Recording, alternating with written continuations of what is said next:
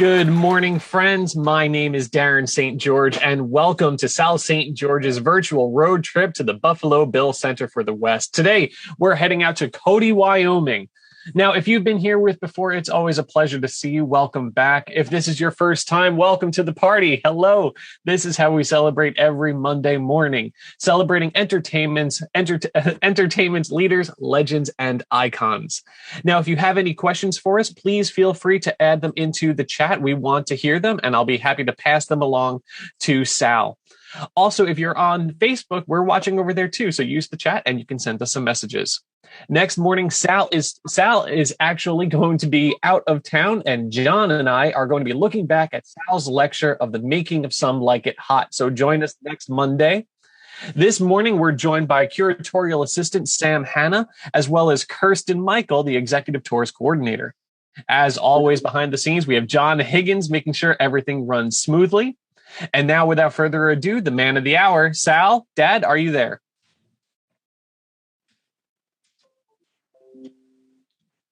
And good morning, everybody. Wow, what a great trailer that was. Isn't that beautiful? It was wonderful. You know what? I think we should go to that museum right now. Yeah, we should. We should. That's why we're here this morning. And we also what a coincidence. I know. Doesn't that work out so well? As it turns out, this is Monday morning, and in March, which means we have two more winners for our March mug giveaway. If you're joining us for the first time, Sal is giving away two of his virtual road trip mugs every Monday morning in the month of March, listing all of our past road trips on there to anybody who's listed to two random winners who've listed a review either on Facebook or on Google. And our two lucky winners today are Linda Weiselberg and Bonnie Markle. So congratulations to Linda and Bonnie. If you're here with us this morning, please send us a private message so we can get your home addresses and ship out your virtual road trip mug. If you haven't won yet, there's still time. Leave Sal a review either on Facebook or on Google, and you just might be next week's lucky winner. Darren, they could also purchase one if they really would like one. Yeah, of course, that's always an option. Yeah. Yes, you can, of course, purchase one and support Sal that way. It's always appreciated. Thank you. Yep. So should we get started with this morning? Absolutely. Let's bring in the stars of the hour. All right. Sam, Kirsten, are you there? Oop, we're trying to be there. There we go. Hey, good morning, both of you. Good morning, Sal, Darren, and John. How are you? I am just so impressed at the size of your museum. How did it start? Was it just adding on these different wings? Well, this museum, the Buffalo Bill Museum, actually started, it was a project initiated by Buffalo Bill's niece, Mary Jester Allen. And she began planning this immediately after his death in 1917. And it would originally form across the street in 1927.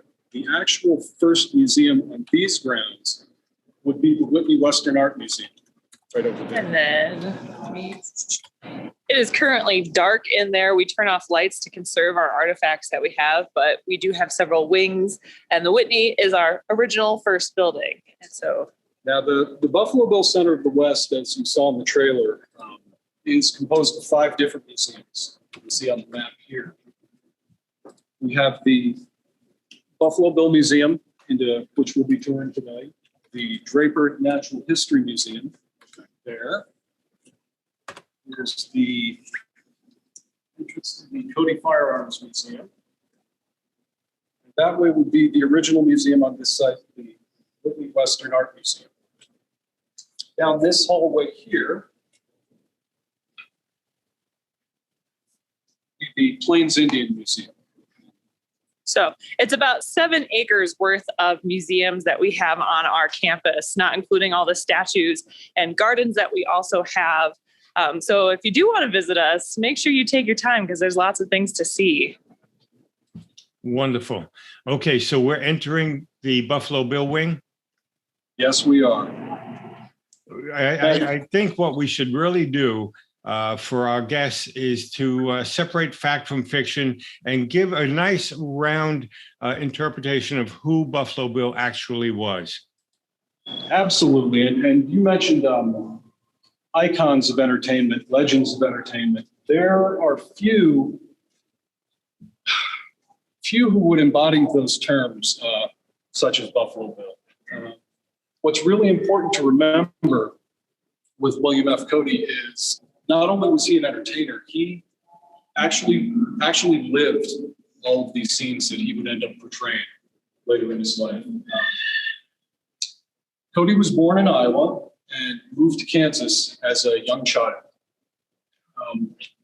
When in Kansas, he was there during the Bleeding Kansas period, which was a period of violent conflict that was attached to the question of whether or not slavery was going to expand into the territory of Kansas. And Cody's father was actually killed after publicly expressing abolitionist sentiment. That would that time period would do much to shape Buffalo Bill as a young man. Okay, what's in the cabinet there? In this cabinet here, we have a cavalry saber that was Cody's when he enlisted in the Civil War. This pistol here belonged to Wild Bill Hickok. Now, many guests who come through here refer to Wild Bill and Buffalo Bill almost interchangeably. They'll very often call Cody Wild Bill Cody. Wild Bill Hickok was actually a separate and distinct person. Cody and Hickok were acquainted. Cody knew him. They worked together when they were quite young. Hickok was about 10 years older than Cody, and it very much seems that Cody looked up to him quite a bit. Before you move on, it looks like you had a Derringer in the cabinet there. Yes, yes. There we go. Thank you, Kirsten. You're welcome. Yeah, stay on it. Yeah, stay on it. That's it. So these are actually some really interesting artifacts that we have in our collection. I think total the Center of the West has about 10,000 firearms. And a few of those are in the the Buffalo Bill Museum. These are a pair of Derringer percussion pocket pistols circa 1865. And Cody is thought to have purchased this pair while in St. Louis in the spring of 1865. So when he was still a Union soldier in the Civil War. Wonderful. Okay, now we can move on. Now, following the death of his father, he became the man of the house, if you will. And he Could we see that picture on your left there? Yeah, get real close. That's it. Thank you. So you can keep going. Yeah. Now, Cody went to work for a freighting firm, the firm of Russell, Waddells, and Major. That freighting firm would eventually form the Pony Express. And this is where he met Wild Bill Hickok. Now, this painting here depicts a scene that would have been really familiar to Cody, who was working as a drover and teamster and message carrier for this freighting firm. Sam, that is so funny because as you were getting close, I heard the horse's whinny. That's an audio feature in here. I tried to disable before the it was great. As you were closing in on it, we heard the horse. So you have sound effects throughout the museum. Yes, we do. Okay. Now, there's a detail of this painting that we're asked many, many questions about. If you see those objects right there, for those of you who don't know what those are actually bells. And they were known as Conestoga or Handbells.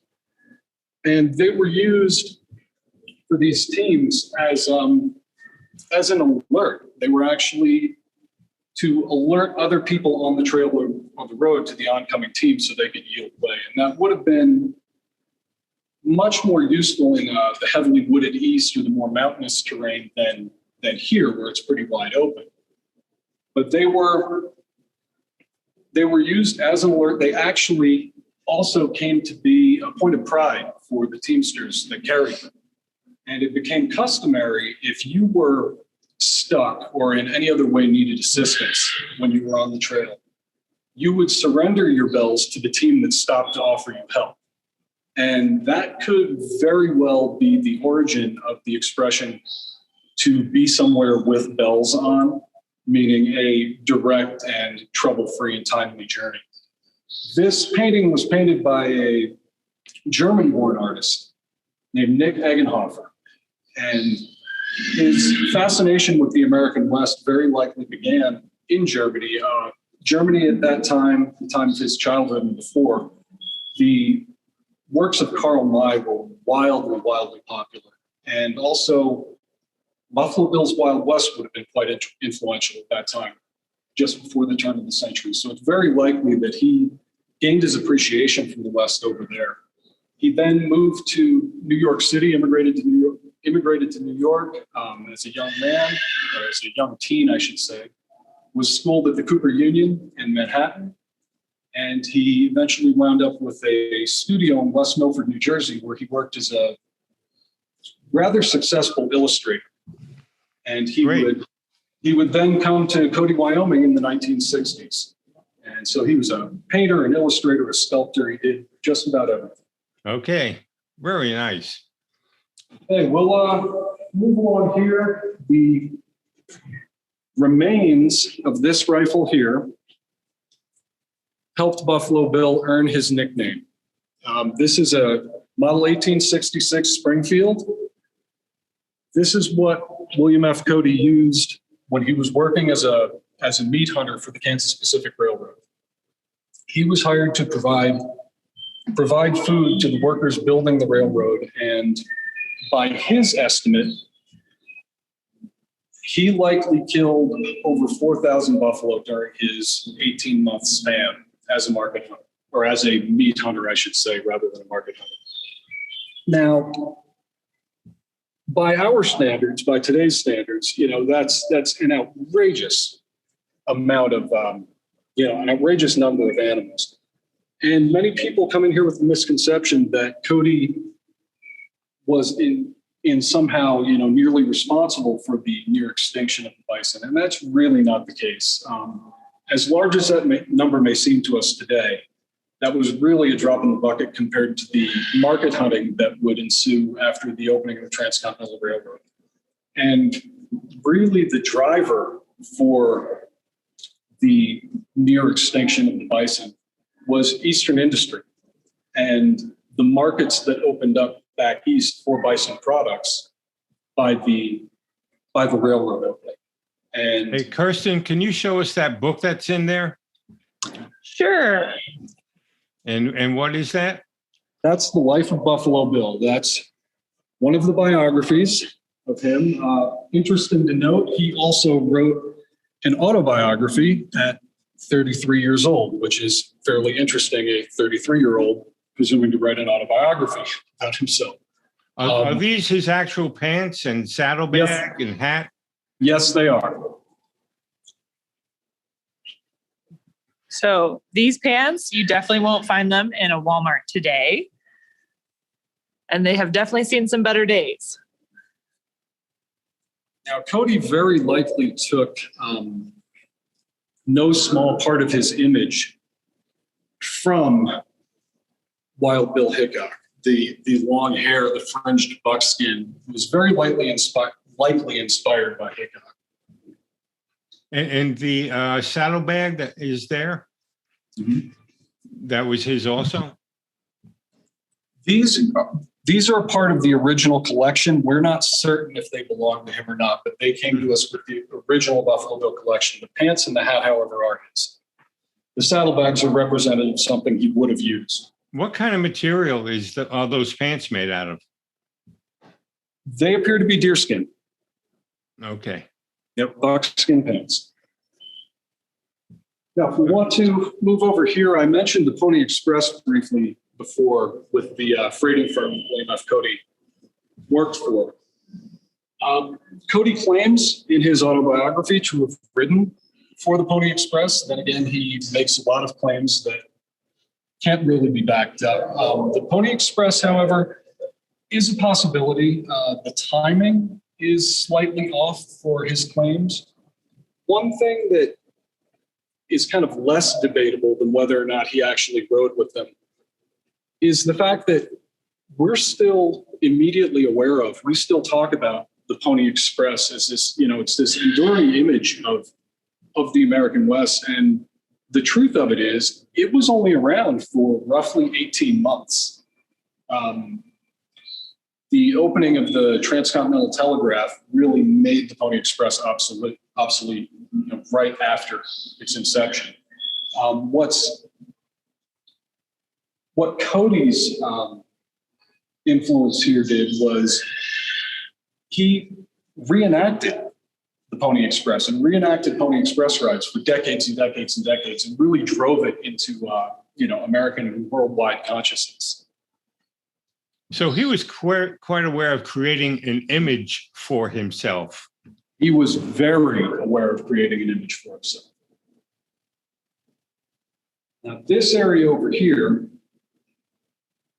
interprets George Armstrong Custer, and what it seeks to do here is really show that there's a lot more to Custer than his final day.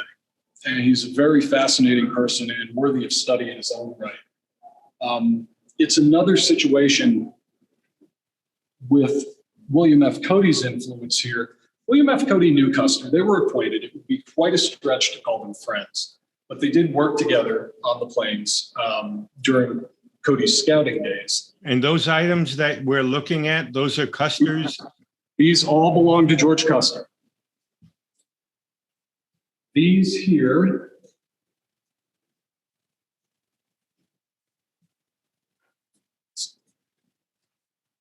Wow. This letter here, these are actually the last orders that sent General Custer to the Battle of the Little Bighorn. And Custer's last stand, or the Battle of the Little Bighorn, is another event that was recreated over and over again through decades and decades by Buffalo Bill Cody on the Wild West show. And that, likely had significant influence on why many people only really know Custer from his final day, which is unfortunate. Now, I mentioned Cody's time as a scout on the plains, scouting. He was a civilian scout. He worked for the Army. He worked delivering messages between forts. Could we see that costume? That uniform that he's got right there? Thank you.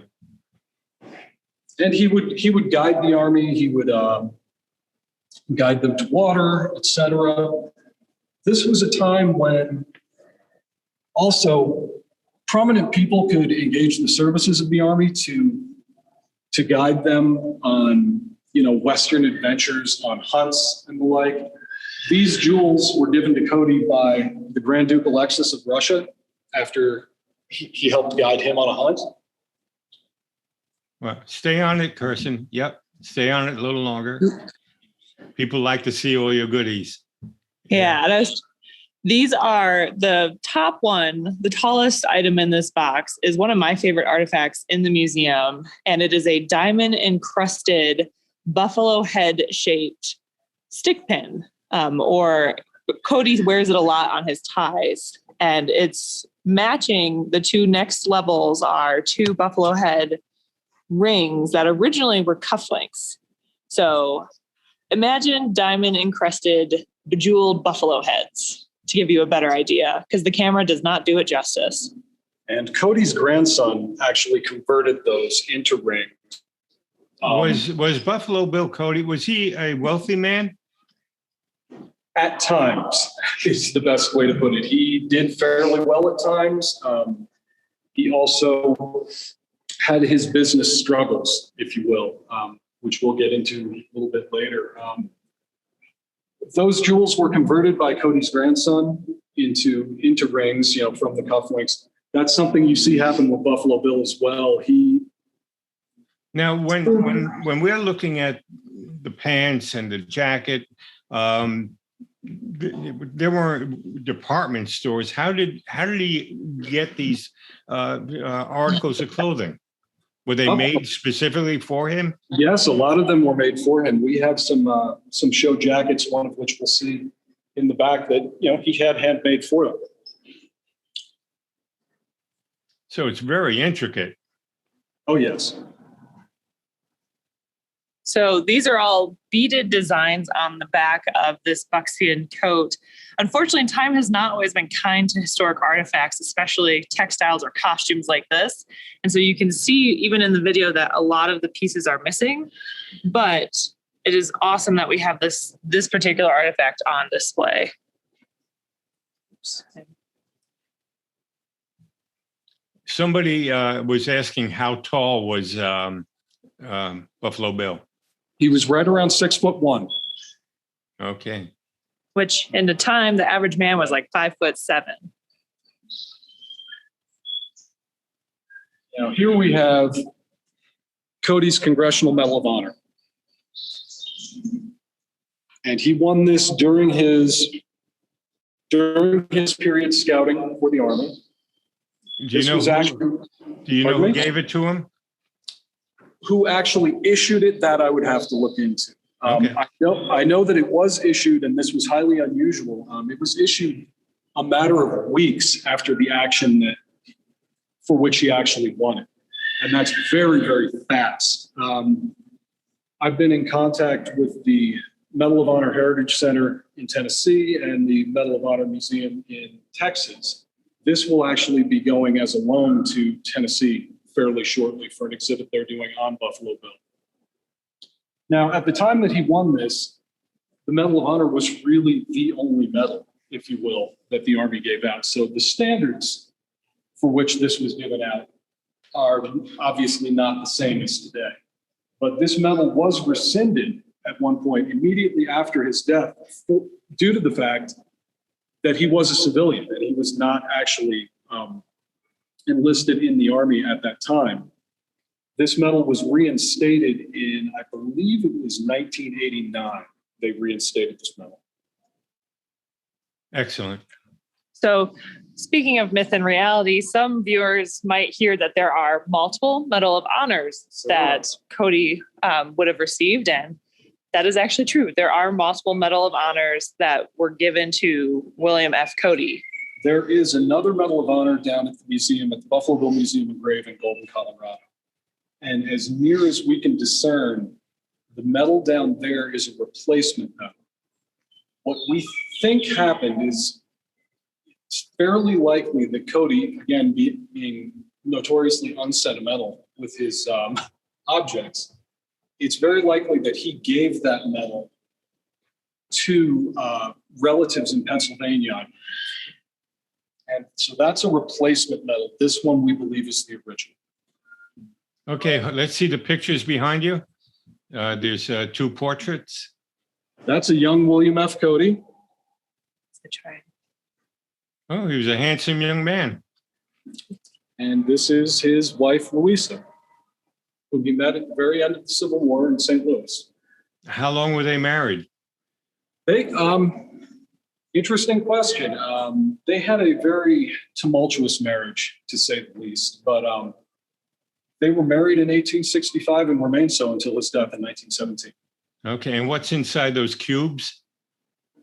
Right here, I'm very inquisitive, as you can tell. We like that. Yeah. If you see something that you want us to highlight, yeah, please do. It's hard to capture everything we have, but. Yes, Cody's family life. Here's a good picture to show too. His marriage was very strained at times. He spent life on the road, and that was no small amount of stress on their marriage. Any children? They had 4 children. Tragically, Buffalo Bill outlived 3 of them, and Louisa outlived them all. That's his son, Kit Carson Cody. There's his daughter, Arda. There's his daughter, Aura. And lastly, that is Irma. Wonderful pictures. Wonderful.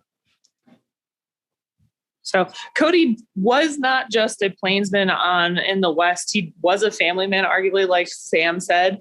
He married his wife, Louisa, in 1866.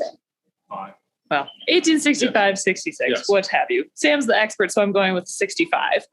And what we can tell is that he doted on his children. He cared for them very deeply. And unfortunately, though, we just don't have a lot of artifacts to portray that family life, although the ones that we do have. Who played the violin, the fiddle? What's going on? That's his there? daughter, Irma. Okay. Wow. So Louisa was from St. Louis. And the picture above it? There we go. Is Irma Cody with the music teacher. So Louisa was a rather traditional, but also non-traditional woman where she made sure her children were educated, teaching them music, teaching her daughters embroidery, very traditional tasks that women would be doing. At the same time, Louisa had property in her name, was a manager of their property.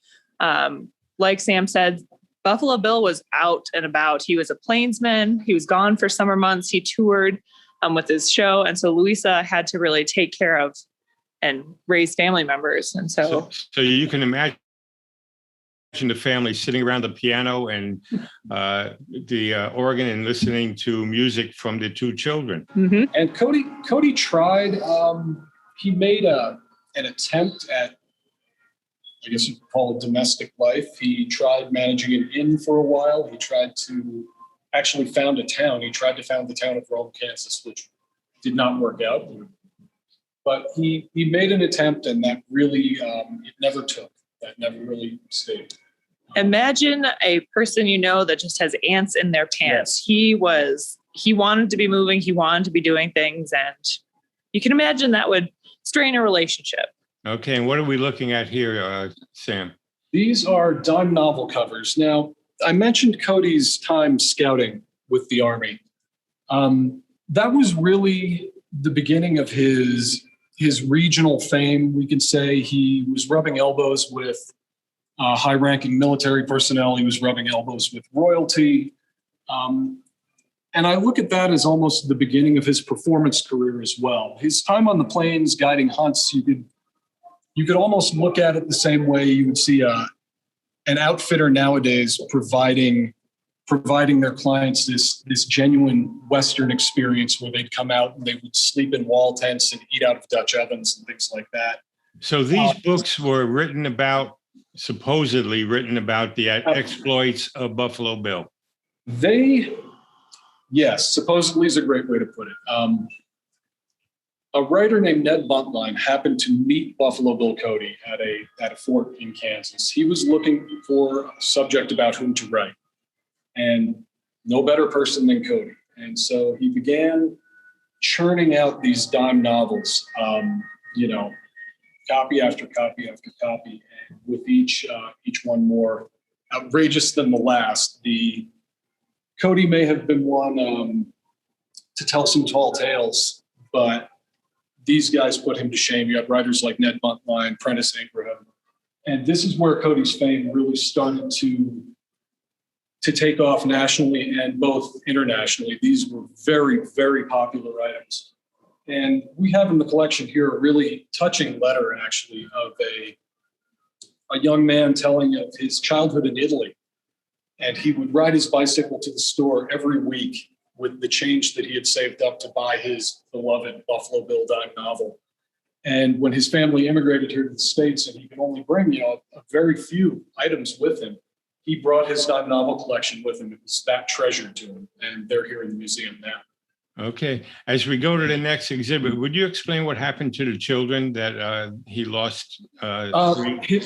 His son died of scarlet fever, very young. We're not certain of the cause of death of his daughter, Aura. His daughter, Arda, lived to adulthood and died almost immediately after surgery. And his daughter, Irma, for whom the Irma Hotel here in town is named, died of the Spanish flu pandemic in 1918. Okay, let's move forward. Okay, so Ned Buntline really started to kickstart Cody's career with the dime novels. He was also the one who encouraged Cody to take to the stage.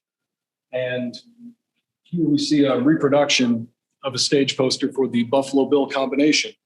For the first season that Buffalo Bill was an actor on stage, he acted in one of Ned Buntline's plays and with him, and then would later go on to form the Buffalo Bill combination, which included fellow plainsman Texas Jack Omohundro, and Wild Bill Hickok was also a cast member for a short while in the Buffalo Bill combination. He was apparently quite a handful on stage, and he wrote of once shooting out a spotlight during a performance, and also he would like to fire his blanks into the legs of the actors who were playing dead on the stage to make them jump and break character.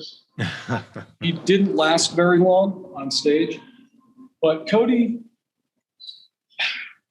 was a notoriously awful actor, but he had this gift of gab that the audience really connected with. And I do think that part of that also came from his time guiding hunts on the plains, and especially Eastern audiences were really, really enthralled by his tales. And that's kind of what the combination shows became, were more or less Cody riffing for the audience.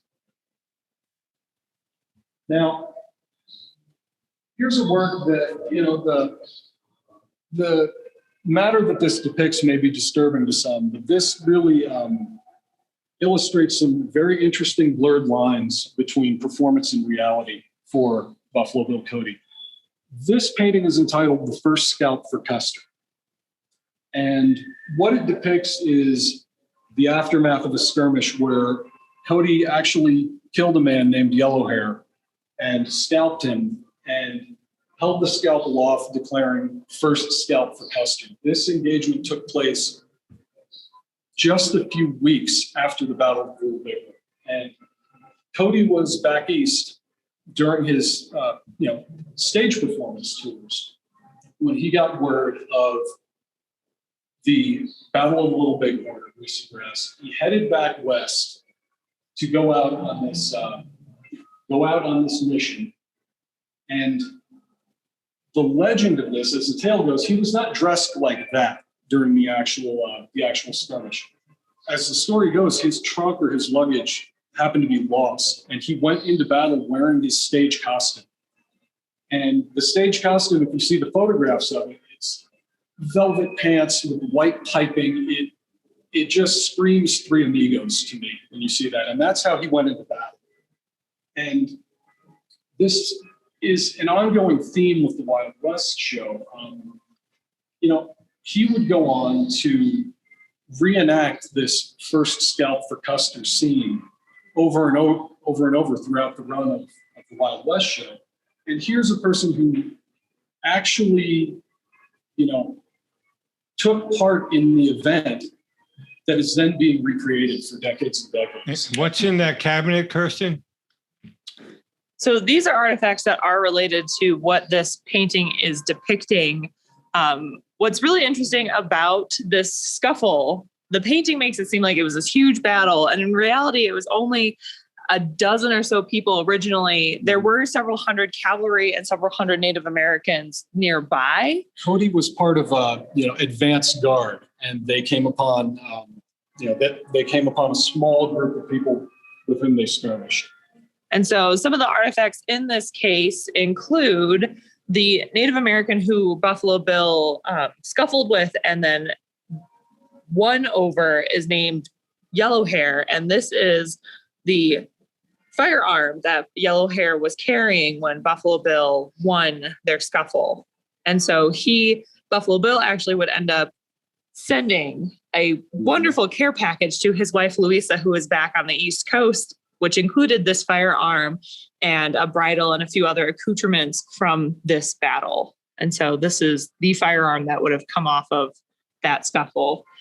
And then Cody, again, mixing reality and legend, would end up mixing reality and legend in his theater performances. He would use some of those things that he brought or sent back to Louisa back east in an actual play that he would call The Red Right Hand.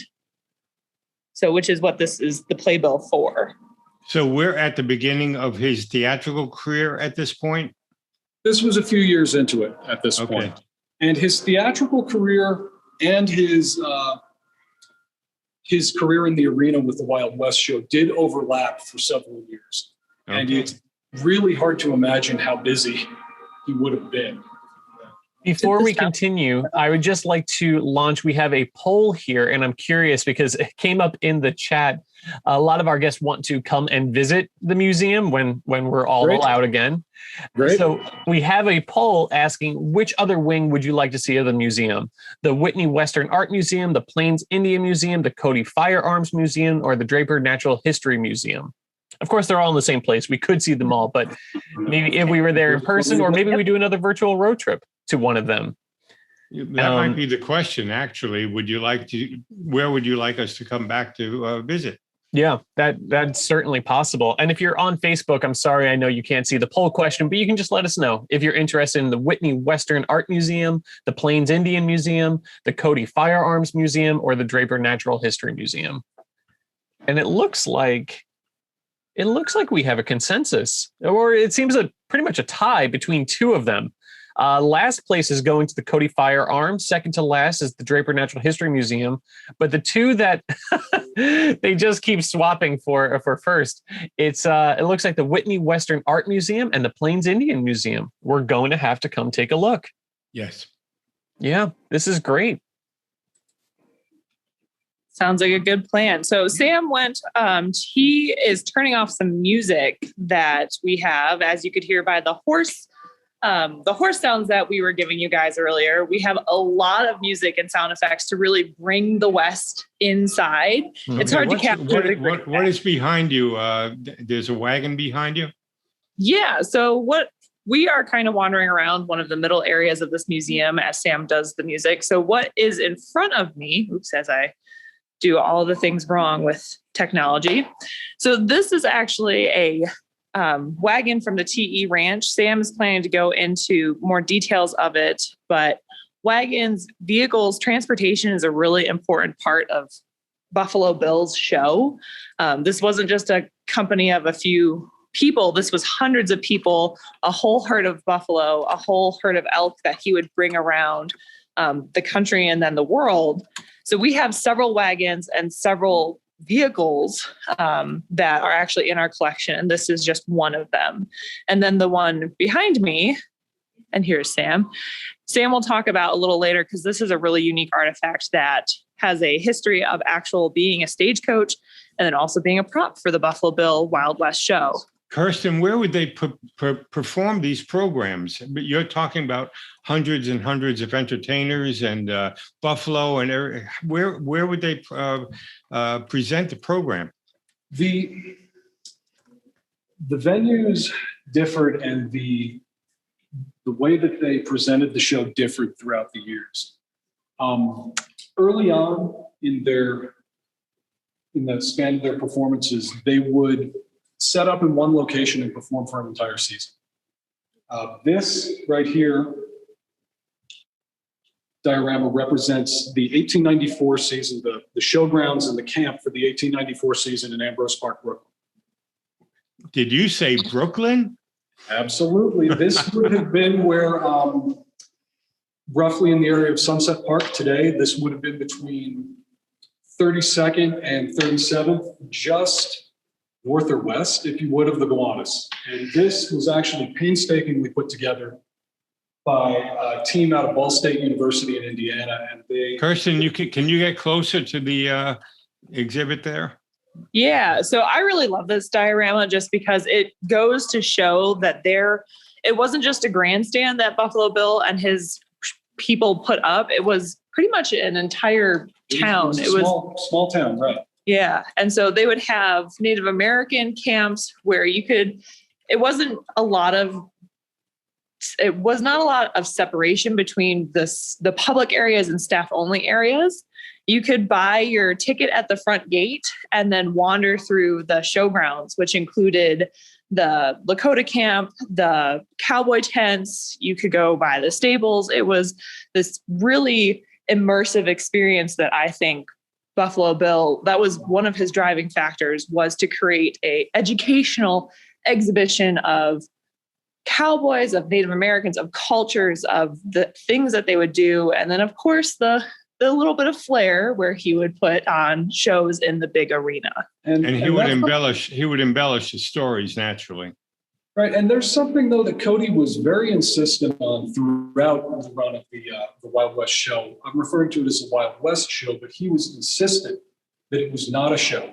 He was always insistent that this was a historical exhibition.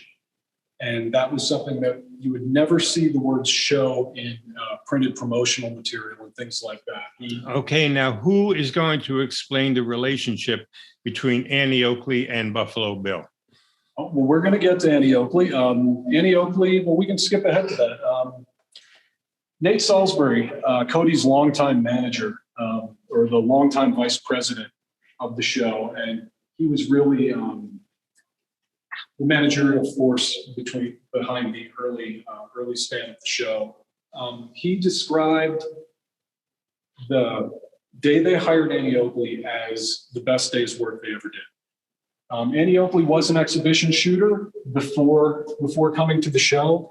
She approached Cody. She and her husband/manager, Frank Butler, approached Cody and asked if they needed an exhibition shooter. At this time, they had several others and, did not hire her the first time out. But when they finally did, she became the unquestioned star of the show for nearly 16 years.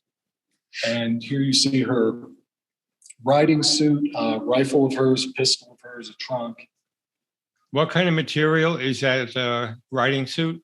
I believe it's wool. Okay. And she made a lot of her own clothing.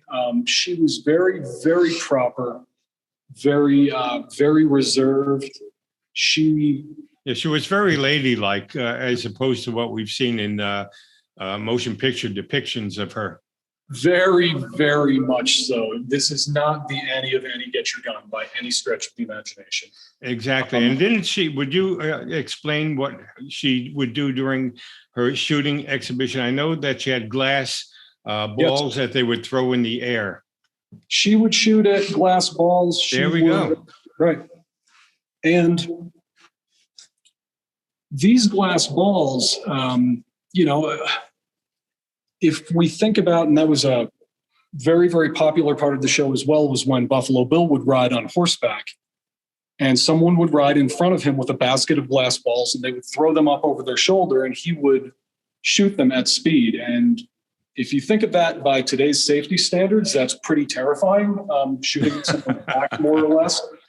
Yeah. What the Wild West did. No, go ahead. I was going to say a favorite little tidbit I have about Annie Oakley and her exhibition shooting is, and we do have an actual video in our archives in the Mccracken library of Annie shooting her exhibition. And there's a gentleman standing downrange of her, throwing the balls up in the air. And one of them, it's a 10-foot rope with a glass ball, just like one of these on the end of the rope. And he's swinging this rope over his head. And she is supposed to shoot that ball without, shooting the man. And the man actually turns out to be Frank Butler, her husband. And they met. Frank Butler and Annie Oakley met when he was also an exhibition shooter, a very successful one. And he was pitted against her in a competition and she bested him and he was immediately smitten. And he gave up his shooting career to become her manager. And, they were another really wonderful story. They were married until the end of their days, and it's kind of sad but touching at the same time. After Annie Oakley died, Frank stopped eating and died a matter of a couple dozen days later. I recall reading someplace that she did a challenge where she shot 5,000 glass balls in X amount of time. I can remember They did many of those, and she would actually have a series of shotguns lined up in front of her. She would load her own shotguns. And when you think about how physically taxing that might have been. And here we have one of the show-used rifles of Cody's. And this is another for when you talk about shooting that number of targets. If anyone's ever held a Winchester 73 and felt how heavy it is, you can only imagine how taxing it would be to shoulder this dozens and dozens and dozens of times in a row. Now, So Annie Oakley had to be in pretty good shape then to she was to do this. And she was very athletic. Now, when I mentioned you know last how tall fall, she was by any chance? she was a little bit over 5 feet tall. I think she 5'1" or 5'2", maybe. She was 5'1". Several of her firearms that we have in our collection are actually custom made firearms. And if you compare them to the normal length and size of a model firearm, they're actually much shorter, because Annie is famously quoted saying the best gun is the gun that best fits the shooter. And as someone who is 5'1", she definitely knew how important it was to have a gun that fits you. I have one other question that came in from Facebook about firearms. Do you have any Remingtons in the collection or in the Western Art Museum? Yes, there's actually the entire Remington studio collection is in the Whitney Western Art Museum. There we go. And we also have, not to be confused with the artist Frederick Remington, we also have a very large collection of his works in the Whitney Western Art Museum. So, you're right. Yes. Right. So I was referring to the artist. So for our guests, I mean, you have such an extraordinary museum here. How much time should somebody allot to go through your entire facility? Are we talking days? Yes. Our admissions ticket is good for 2 days, and you need every bit of that to see what's here. Is it for all of the museums, all the wings? Yes, Okay. It is. yep. So you can purchase your ticket. You can also come and go as much as you want through our front doors. We understand it's a big museum. There's lots of stuff to see. You might need to take a break. You're always welcome to come back after taking that break. And if you're really nice to the front desk people, they might even let you come back for a third day if you haven't finished. So what I'm hearing, Pop, is we need to plan a group trip for a few days at least. And we'll visit the national parks. We'll get to see the museum. Did you say that you had jackets that he wore during his programs? Yes, we've just pulled one off of exhibit very recently. It was downstairs in a special exhibit.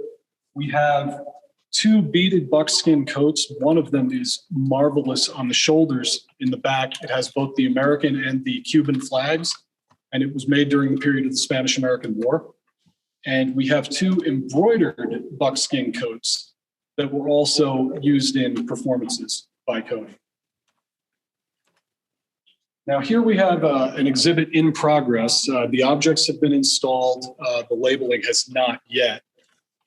These are all gifts to Cody by royalty. Cody was arguably the most famous person on earth around the turn of the century. And as such, he was presented to royalty all over Europe. And these were given to him starting over here. This one.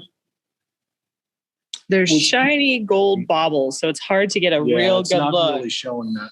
But that just means you'll have to come visit so you can see them in person. This was given to him by Queen Victoria. And this stick pin. Oh, nice shot, Kirsten. Very nice. Thank you. The stick pin and watch and fob next to it were given to him by King Edward. Oh, there we go. Is that a pocket watch? Yes, it is.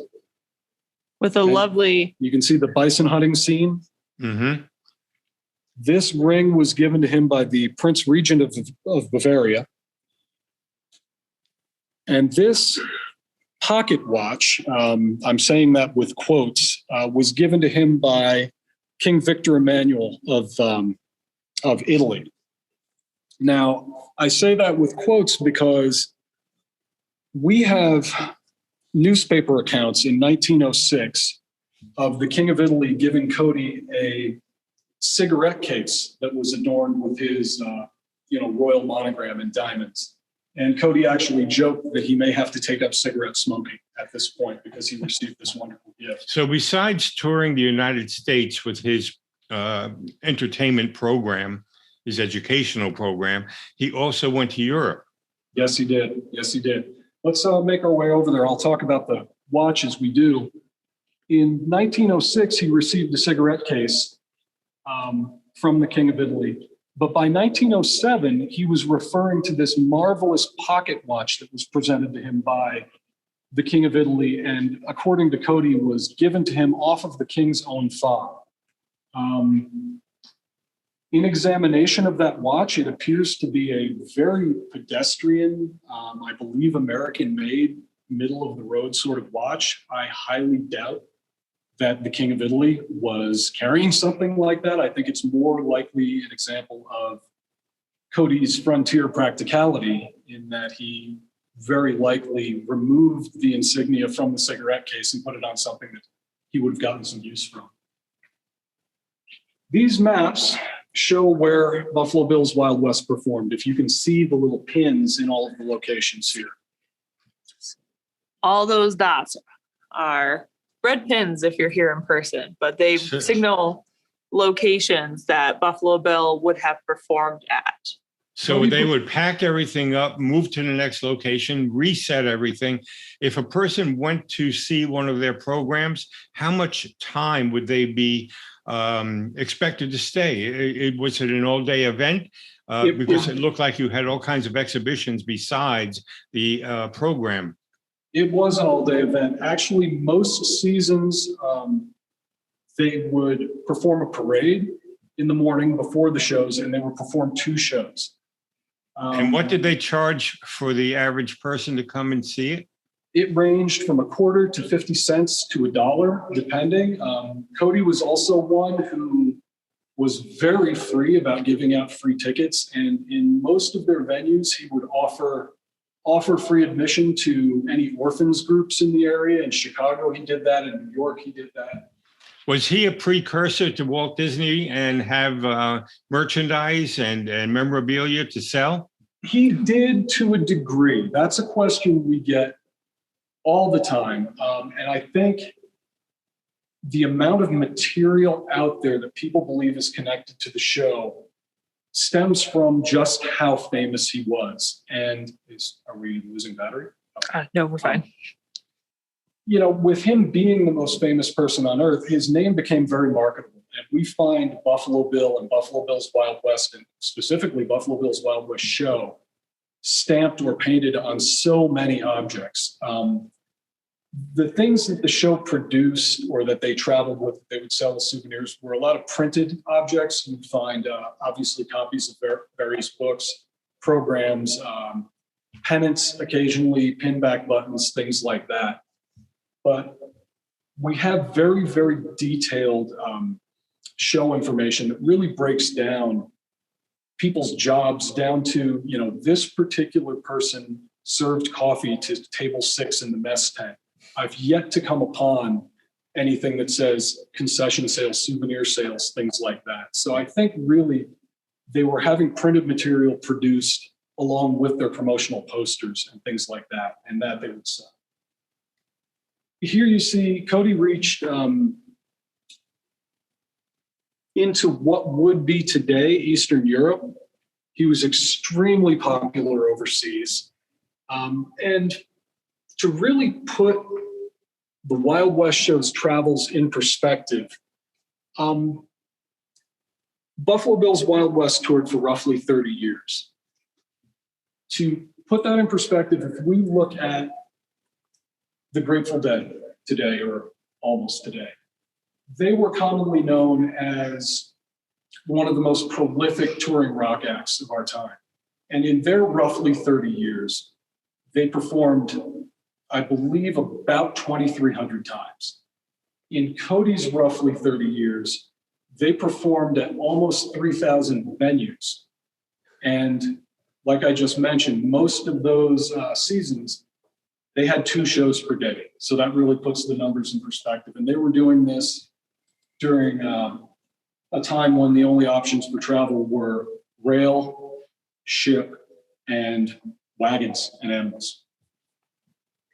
Pop, I'm just looking at these all the places that they visited and these numbers, and you and I know what it takes to break down and mount a traveling show. This is wild, unbelievable. Just the amount of work. It's inconceivable. It is. It really is. They traveled with seating at times for 20,000 people. it's written in some of the show material that they could set up the show in 2 hours and strike it in one. Stop. And that shows how many people were working on this. And each person had one specific job to do. And that was really their model. The way the show traveled was greatly influenced by James Bailey of Barnum and Bailey fame. He came in 1895 as a partner in the show, and he really brought that logistical skill on how to pick up and move the show, how to load it onto trains, how to unload it most efficiently. And the show was actually observed by military personnel when it was over in Europe to see how they fed their people, how they moved them so quickly, and how they did it so efficiently. All right, John. So, here, wait a second, Pop. I just want to put this in perspective. This is a little bit more, but ostensibly, they are breaking down Fenway Park and moving it to a new city and setting it back up every time. Before I forget, what we really do need to know is there a definitive book that you can recommend for us? Because obviously his life is a lot more detailed than any of us ever anticipated. I am very surprised of some of the things that you're talking about. And I know you're giving us the Cliff Note version of Buffalo Bill, but is there a book that you would recommend? Absolutely. A good starting point for great general information on Cody. It's a fantastic work by Don Russell, and it's Buffalo Bill's Wild West. The Lives and Legends of Buffalo Bill by Don Russell. Buffalo Bill's Wild West by Joy Casson is a very good book. And if you want to get much deeper into it, Buffalo Bill's America by Louis Warren is a great place to look. Is there much documentation of what the actual show sequencing was like? Yes. They have, there's a glut of information. There's actually a project here at the center called The Papers of William F. Cody. And a product of that project is an online archive called Cody Archive. And there you can find a lot of information. If any of you are interested, give a visit to Cody Archive and dig a little deeper. And then you can dig a little deeper yet on Cody Archive by linking to Cody Studies, which is more of the scholarly work that's come out. Okay, John, Darren, can we hook that up on our link? Oh, your volume is off, Yep, Darren. Absolutely. I already have that link, and you know what? I'll share it here, but of course we'll reshare it with our email and follow-up information. Yep. And here we have a representation of the poster that is underneath all of this paneling here. So this is what it looks like. This is a reproduction graphic of a printed poster billboard that Buffalo Bill's Wild West would have used to promote themselves.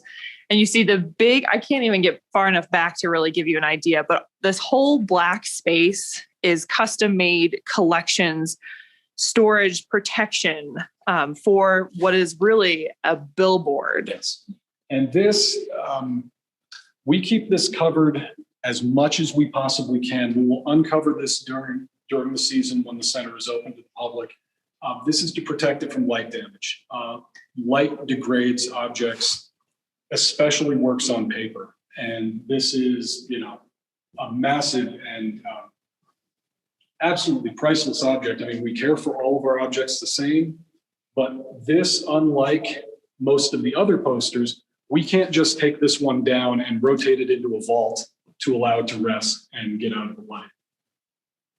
Sam and Kirsten, we have a few questions that have been gathering in Zoom and Facebook. They're curious. We were just talking about a book you would recommend. Are there any on-screen portrayals of Cody that you appreciate? Yes and no. Sorry, I'm sorry to be that way about it. No, that's fair. Certainly, So nobody has ever accurately portrayed him on the screen yet.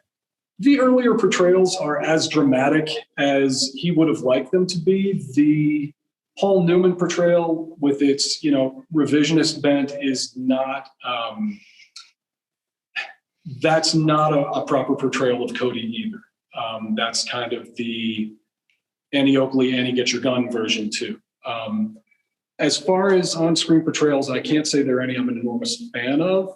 I would definitely go to the books first. And, you also always need to, read between the lines with a lot of that. There's a lot of Cody work that sways more toward hagiography than biography. And, you need to realize he's an actual man. He's a real person who is not the superhero that a lot of these dime novels made him out to be, but he's a fascinating person at the same time.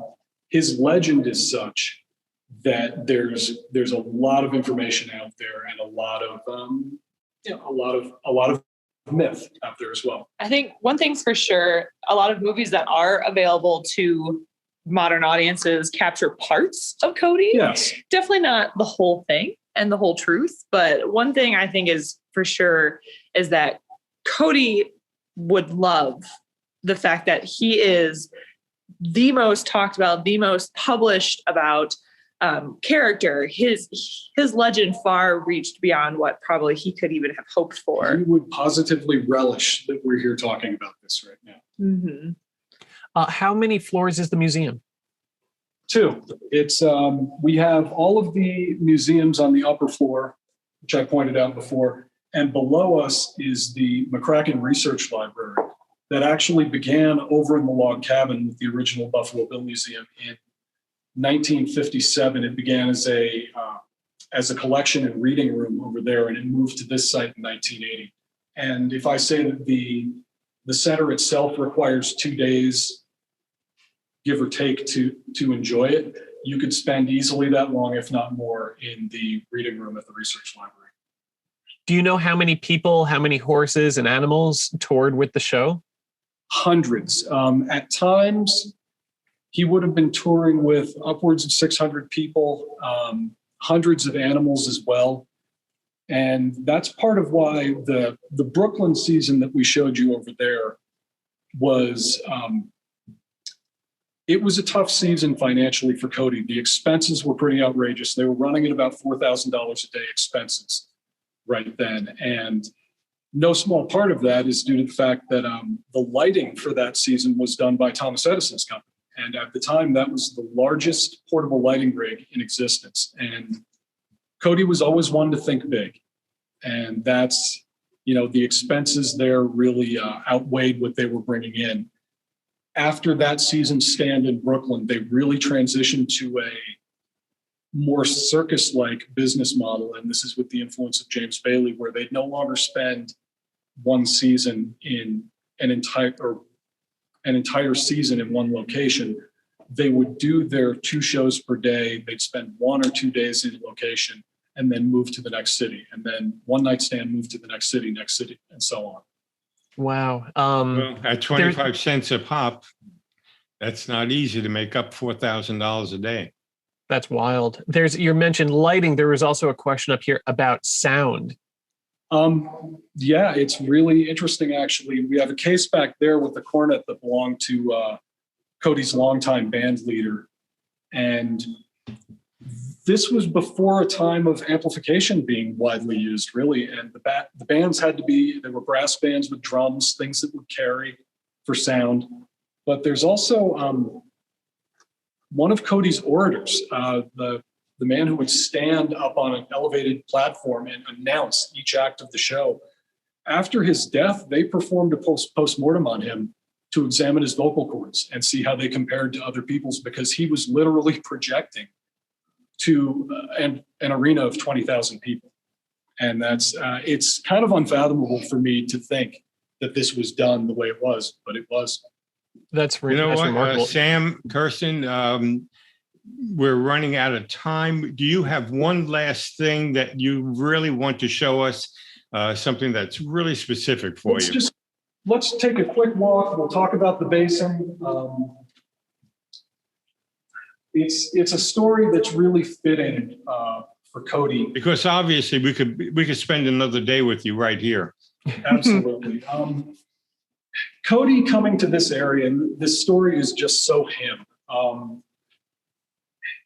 It's really unknown how he discovered the Bighorn Basin or how he came to know it. It's thought that perhaps he may have accompanied a group of paleontologists here as a guide in the 70s, but we're not really sure. His sister, in her biography of him, and here's where I say more hagiography than biography, it's filled with tales that are very, very Cody. And apparently his first view of the Bighorn Basin here, he was in the Bighorn Mountains to the east, as she writes. And he was suffering from some sort of affliction of the eyes, and his eyes were bandaged and he couldn't see. And he was instructed by one of the Native Americans with the group to bathe his eyes in this very specific spring or creek. And he removed his bandages and bathed his eyes. And as he lifted his head up and opened his eyes, behold, before him lies the Bighorn Basin in all of its, milk and honey glory. And, that may be exactly the bunk that it sounds like, but it's really appropriate. And it's really fitting for the Buffalo Bill story and for what he is to this region and other parts of the country too, to this day. And this, this center, this town, a lot of areas, but this center stands as a testament to his life and legacy. And, you really need to get out here and see it. So all of you come on out. Okay. And what is that right behind you? This is a printing press. Cody started the Cody Enterprise newspaper, which is still working today. And so this is one of the original printing presses from the Cody Enterprise. It's our local newspaper. Wow. Remarkable. Sam Kirsten, we can't thank you enough. This was extraordinary. Well, thank you. It's been a Darren, pleasure. do you have any questions from our guests that we can pass on? Oh, I think we've cleared everything at this point. This is really remarkable. So much information. And at this point, the chat is just filled with praise, deservedly so. Fantastic. Agreed. Too short. We have to go visit in person. So thank you both so much. This is wonderful. The notes I'm seeing is they want us to come back. Yeah. So maybe we do. Maybe we do another wing. But speaking of coming back, we do have a question. Dad and I realized that our 1-year anniversary for virtual road trips is coming up. And we'd like to know if there was another museum you'd like to revisit, which one would it be? So we have our previous virtual road. Yeah, take a look. It's the Red Skelton Museum, the Rosemary Clooney Museum, P.T. Barnum Museum, which brings to mind so many correlations to today, the Lizzie Borden Museum, and the Clark Gable. And if you're on Facebook, please feel free to type in even just initials for what you're interested in. Red Skelton, Rosemary Clooney, P.T. Barnum, Lizzie Borden, and Clark Gable. And this, I can shut it down already. P.T. Barnum is far and away taking it. And I think it may have to do with our audience today, Pop. I think so. But the P.T. Barnum Museum, if you recollect, they suffered a hurricane, and really the entire museum was decimated. When we went there, they took us backstage and they brought out whatever memorabilia they could show us. We should be getting close to their grand reopening, because they said it was going to take about another year to rebuild the museum. So I'll give a shout out to them over there and see if that's possible. That sounds great. Yeah. And second to that is the Red Skelton Museum, which we could certainly revisit, because that was a tremendous place as well. First. And the Red Skelton Museum, I just received a notice from them. They are opening a new exhibit all about Red Skelton's time in Japan. So maybe we can tap onto them and see what you know what? We've been doing this a year. So, I can see why people would want to.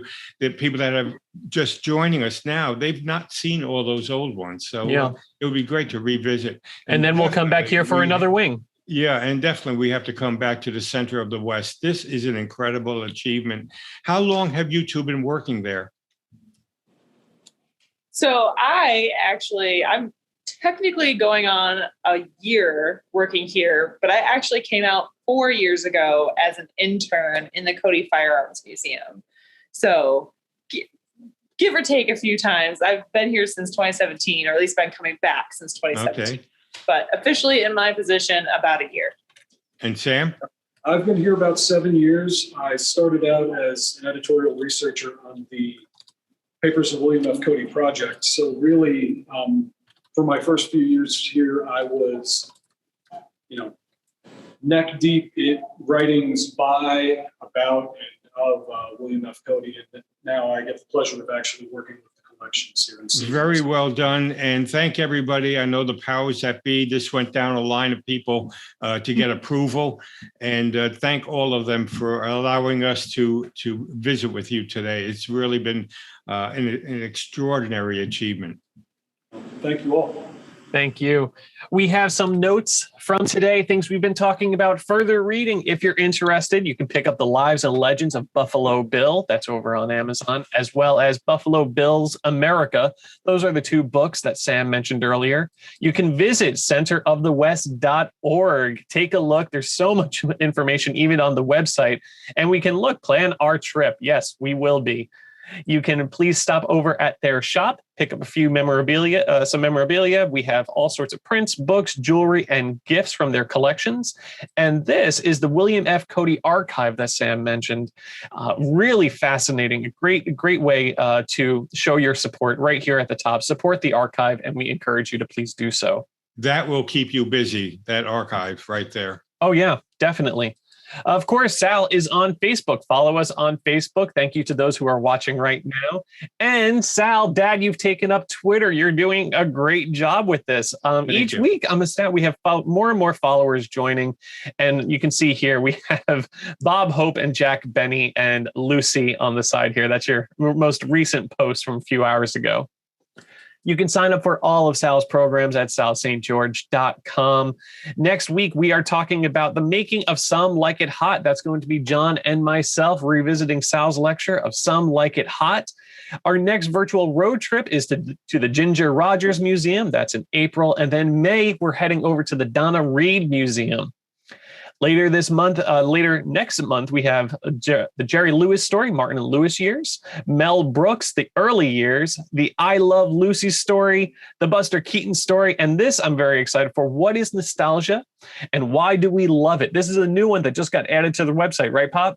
Yep. And the only reason everybody's coming every week is because of nostalgia. So let's find out. And Steve Darnell, who we are going to be meeting, is the editor and publisher of Nostalgia Digest, which is celebrating its 50th anniversary.